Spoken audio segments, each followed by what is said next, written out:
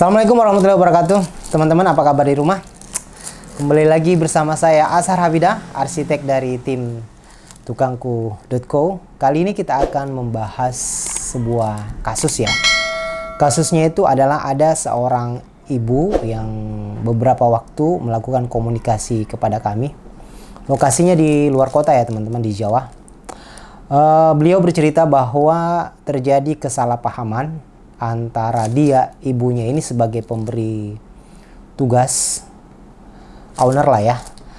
Dia memberi amanat atau mendelegasikan pekerjaan konstruksinya itu kepada saudaranya di kampung atau tetangganya lah. Mendelegasikan pekerjaan konstruksi rumahnya di kampung. Rencana rumahnya itu konstruksi 3 lantai. Lantai 1 itu adalah area hunian. Kemudian lantai 2 dan 3 itu area kos-kosan. Ukurannya lumayan luas ya teman-teman. Ukurannya itu 5 kali 25 meter persegi. Nah, kisah sedihnya itu seperti ini teman-teman.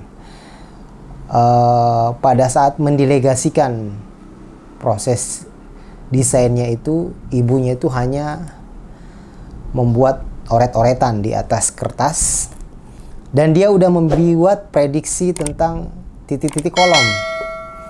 Ada penempatan ruang buat living room, buat ruang keluarga, terus area buat void. Udah ditransformasikan mungkin lewat WA ya, komunikasi lewat sama tukangnya, karena ibunya itu berada di Tangerang. Si tukang ini berada di Jawa. Kemudian ditransformasikan oleh tukang di Jawa itu menerjemahkan sketsanya itu versi tukangnya sendiri. Karena di lokasi itu tidak ada orang yang paham atau ahli dalam proses perancangan. Jadi ibu ini benar-benar mempercayakan 100% kepada tukang. Waktu berjalan kurang lebih sekitar sebulan, ibunya bercerita ya, karena kami via komunikasi. Ternyata terjadi miskomunikasi. Jadi tiang kolom yang sudah dibangun, pondasi yang udah dicor, pembesiannya juga udah jadi, kemudian balok-baloknya itu sudah terpasang sebagian, ada beberapa yang belum terpasang. Setelah dilakukan video call kali ya, si ibunya itu marah-marah karena apa yang disebutkan ke dalam coretannya dia tidak sesuai dengan implementasi di lapangan. Kacau kan teman-teman? Nah, ibu itu meminta tolong kepada kami untuk melanjutkan pekerjaan tersebut. Nah, sebelum kami mengatakan ya, kami terlebih dahulu mencek crossing ya. Apalagi ini bangunan tinggi 3 lantai. Jadi kami tanyakan, konstruksinya udah ready untuk 3 lantai belum? Ibunya belum bisa jawab. Dia hanya bisa, saya yakin itu udah kuat. Besinya besi 13 ulir. Terus pembalokannya udah ada belum? Ya belum ada, hanya ngikutin sketsanya dia. Kami nggak berani dong, karena data primer itu yang utama itu tidak diberikan oleh ibunya itu, karena teori dan aplikasi di lapangan itu belum tentu sama ya teman-teman.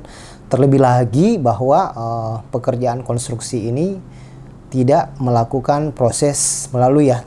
proses perencanaan. Perencanaan itu dalam artian digarap oleh tim desainer arsitek, kemudian dihitung oleh tim struktur. Maka kami menolak untuk melanjutkan pekerjaan ini. Nah, dari kasus ini bisa kita simpulkan bahwa si ibu ini mau melakukan bypass ya, bahwa udahlah, renovasi ini saya bisa mendelegate sama orang-orang yang katanya bisa untuk melakukan pekerjaan, karena yang melaksanakan juga tetangganya. Dia begitu yakin, dia udah mengeluarkan uang ratusan juta, tapi pada saat pelaksanaannya itu ternyata jauh dari harapan dan tidak sesuai malah sama ekspektasinya. Bahkan beberapa yang harus dibongkar. Kebayangkan ya teman-teman, banyak Kebayangkan ruginya seperti apa? Banyak hal-hal kejadian seperti ini. Karena begini, si ibu yang melakukan coret-coret itu bisa saja melakukan coret-coretan tidak melakukan dengan ukuran skalatis, artinya terukur ya, 1:1. Ini asumsi kami ya. Nah, ketika dia coret-coret, si bapak yang didelegasikan itu, tukang itu, melakukan marking dong di lapangan. Dia menyesuaikan antara coretan ini dengan kondisi di lapangan. Makanya pada saat mereka diskusi itu, si tukang ini nggak mau disalahkan.